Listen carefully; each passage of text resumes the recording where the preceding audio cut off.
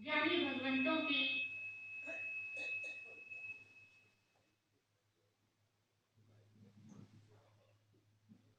दिव्य अनुभूतियों में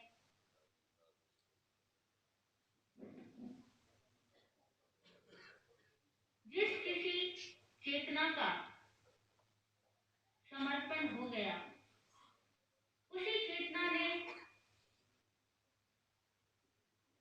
अपने वास्तविक स्वरूप का बोध पाया।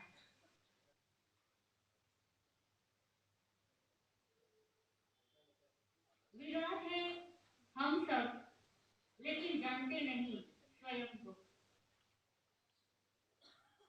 जिन्होंने जान लिया अपने ही विराट स्वरूप को, वे विराट गुरुजी हो गए। और जो अपने विराट स्वरूप को जानने के लिए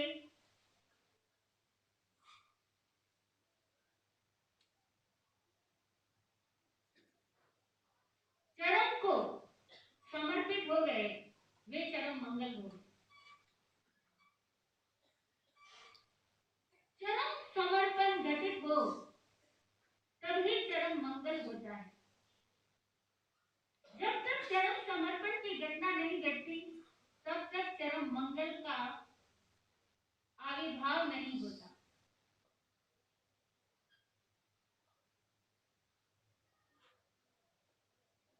अनेकों बातें इस द्वितीय अधिवेशन पर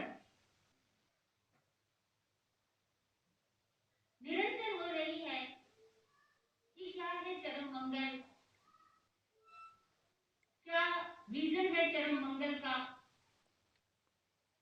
क्या पर्पस है चरम मंगल का, क्या मिशन है चरम मंगल का, क्या प्रोजेक्ट है चरम मंगल का।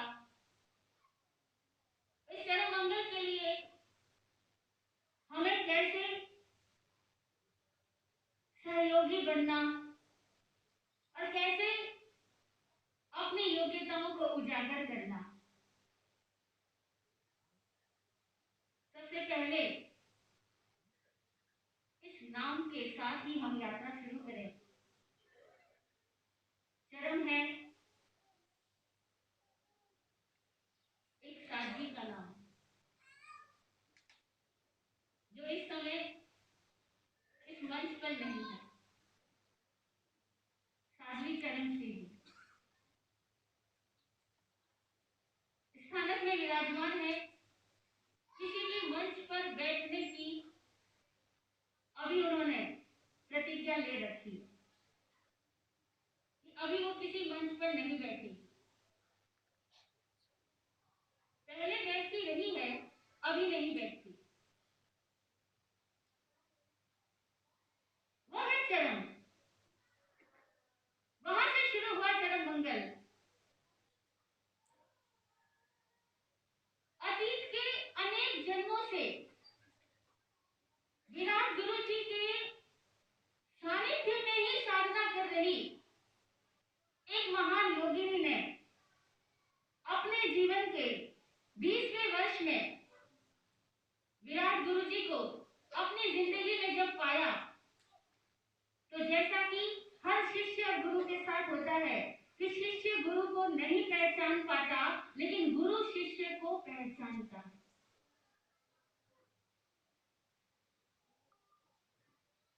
शिष्य तो सोया है, कहां से पहचानेगा?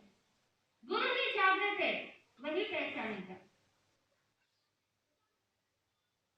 और ये आध्यात्मिक सत्य बड़े विचित्र होते हैं। आध्यात्मिक सत्य कहते हैं कि प्यासे को कुएं के पास नहीं जाना पड़ता, कुआं स्वयं चलकर प्यासे के पास आता है।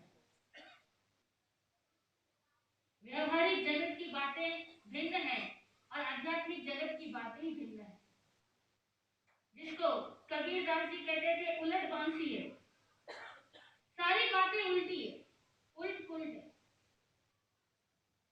हमारी इस दुनिया में प्यास लगी हो तो पानी के पास शायद हमें जाना पड़े, लेकिन अंदर की दुनिया में कुआं प्यासे के पास आता है। पूज्य विराट गुरु जी स्वयं उस साध्वी चरण श्री की जिंदगी में तब आए जब कभी साध्वी बनने को संकल्पित थी, साध्वी बनी नहीं थी।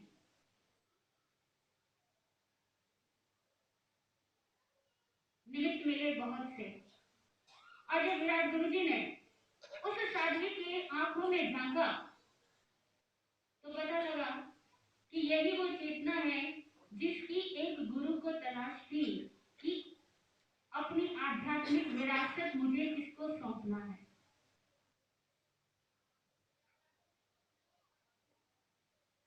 एक पिता भी पूरी जिंदगी इस बात के लिए प्रयासरत रहता है कि वो मरने से पहले अपनी संपत्ति अपने योग्य पुत्र को सौंप करके जाए,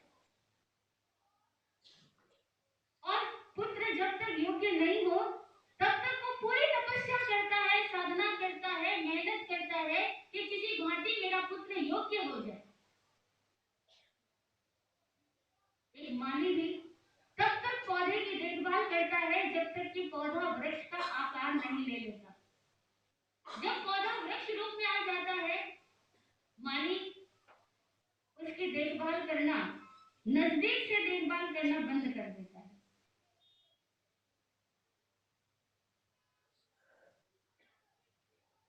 ये विराट गुरु जी ने जब अपने कई जन्मों पुरानी शिष्या को पा लिया,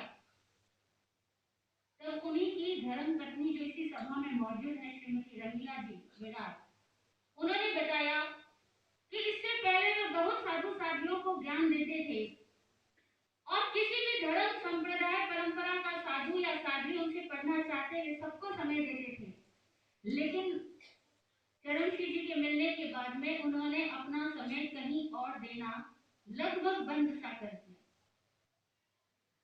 अत्यधिक निमंत्रण आता तो कभी जाते थे, लेकिन ज्यादा समय केवल और केवल साध्वी चरण श्री जी के लिए।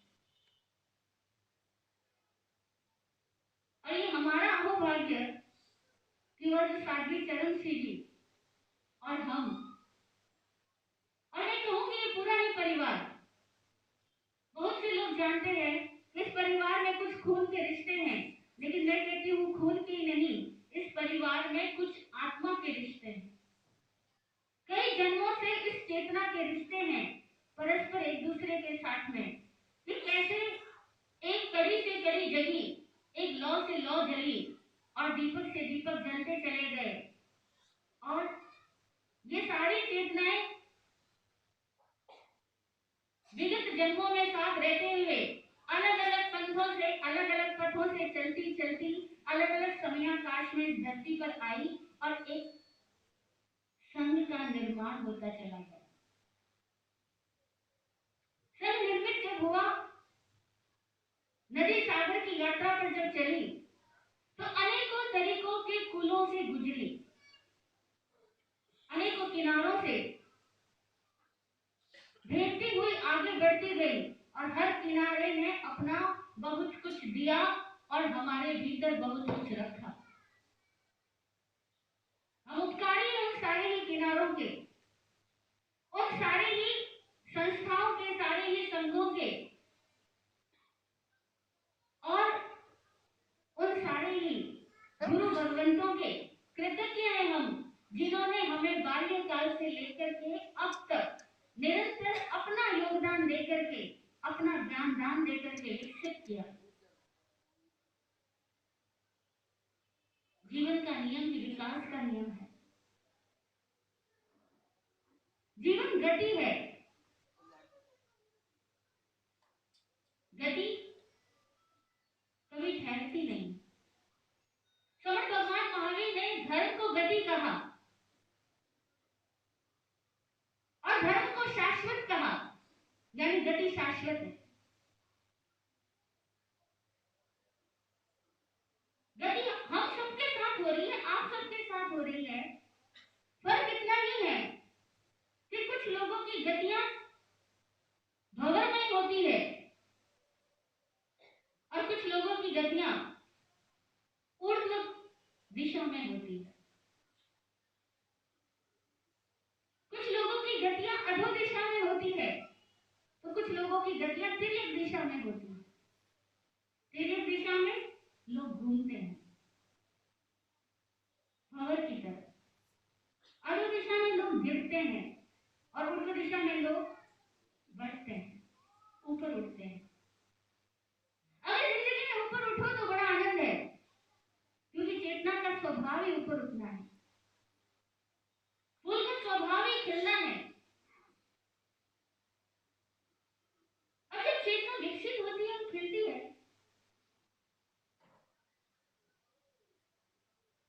तो देखो हर स्टेप पर हमारी जिंदगी की जरूरतें भी बदल जाती है। हर स्टेप पर हमारी जिंदगी के प्रश्न भी बदल जाते हैं और हर स्टेप पर प्रश्नों के उत्तर भी बदल जाते हैं। हर स्टेप पर समस्याएं भी बदल जाती है और हर स्टेप पर समस्याओं के समाधान भी बदल जाते हैं।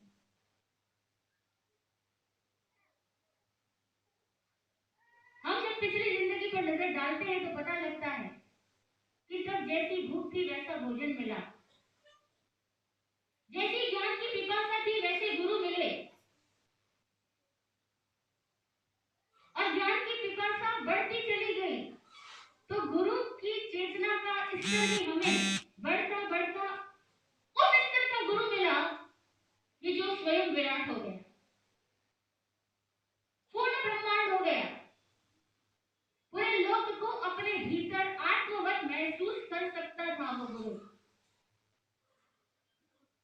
ऐसे गुरु को जरूरत ही नहीं थी कि दुनिया उसको पहचाने और पहचान के लिए वो कोई वेश, वो कोई नाम, वो कोई चिन्ह धारण करे। सामाजिक व्यवस्थाओं में भी जब हम देखते हैं, शैक्षणिक योग्यताओं को भी जब हम प्राप्त करते हैं, तो पता लगता है कि स्कूल में जब विद्यार्थी पढ़ता है तो फर्स्ट स्टैंडर्ड से लेकर के ट्वेल्थ स्टैंडर्ड तक उसकी स्कूल की एक यूनिफॉर्म होती है, कुछ यूनिफॉर्मिटीज होती है। लेकिन जैसे ही वो ग्रेजुएशन के लेवल पर आता है, वहां कोई यूनिफॉर्म नहीं होती। स्टूडेंट का तब भी है, लेकिन अब उसकी कोई यूनिफॉर्म नहीं है। There is no uniformity. कई लोग शंका करते हैं, यूनिफॉर्म क्यों नहीं? जब गुरु है, ज्ञानी है, तो यूनिफॉर्म क्यों नहीं? तो हम उनको कहते हैं कि यूनिफॉर्मिटी का लेवल छोटे बच्चों तक के लिए है, और जब फूल खिलते हैं तो उनमें कोई यूनिफॉर्मिटी नहीं होती।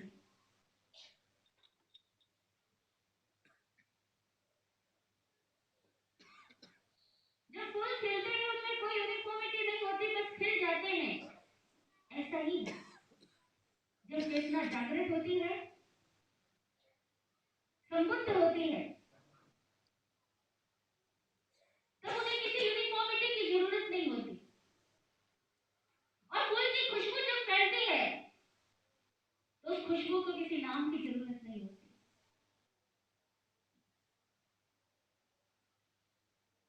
सिद्ध पुरुषों को कभी प्रसिद्धि की चाह रही नहीं, इसीलिए सिद्ध पुरुषों ने कभी प्रसिद्धि पाने की कल्पना की ही नहीं, दुनिया उनको नहीं जानती। बहुत थोड़े लोगों ने उनके साक्षात दर्शन प्राप्त किए, और कुछ सौभाग्यशाली लोग हैं और आज इस समय इस सभा में भी मौजूद है। और बहुत से लोग जो यहाँ नहीं आ सके, लेकिन दिन रात अपने भीतर गुरु कृपा को महसूस करते हैं। और बड़ी अद्भुत बात यह है कि बहुत से लोग जिन्होंने इन आंखों से गुरुदेव के दर्शन नहीं किए, वे अभी भी अपने प्राणों में कई बार गुरुदेव का आघात महसूस करते हैं। उनके भीतर गुरुदेव का चित्र उभर करके प्रकट होता है। किसी को ध्यान में दिखलाई पड़ते हैं, किसी को भक्ति करते हुए दिखलाई पड़ते हैं, किसी को सेवा करते हुए दिखलाई पड़ते हैं। और वे लोग कहते हैं, महाराज साहब मैंने आपके गुरुदेव को नहीं देखा, लेकिन मैं जिसको देखती हूँ वो आपके गुरुदेव ही है। और जब शुरू हो गया, कैसे हो गया? आपको कहना चाहूंगी, ये आध्यात्मिक जगत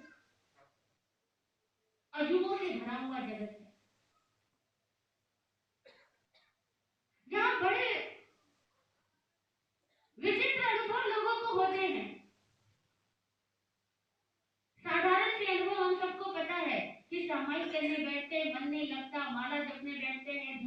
एकाग्र नहीं होता, मन भटकता रहता है। ये बातें बड़ी कॉमन है, आप सबको पता होगी। और 100 में से आपको 99% लोग ऐसे मिलेंगे जो इन लाइनों पर सहमत होंगे कि हम महाराज जपने बैठते हैं और मन एकाग्र हो या नहीं हो ना सहमत। ध्यान लगाने बैठते लेकिन ध्यान नहीं लगता। और मैं आपको कहूंगी कुछ ऐसी चेतनाएं इस दुनिया में है जो ध्यान लगाने नहीं बैठती लेकिन उनका ध्यान लग जाता है। वो माला जपने नहीं बैठती लेकिन उनके भीतर जाप प्रारंभ हो जाता है। वो लिखने नहीं बैठती लेकिन उनके भीतर से काव्य स्फुटित हो जाता है। वो बोलने नहीं बैठती लेकिन उनके भीतर से वाणी निकल जाती है, आशीर्वचन निकल जाते हैं, दुआएं निकल जाती है और लोगों के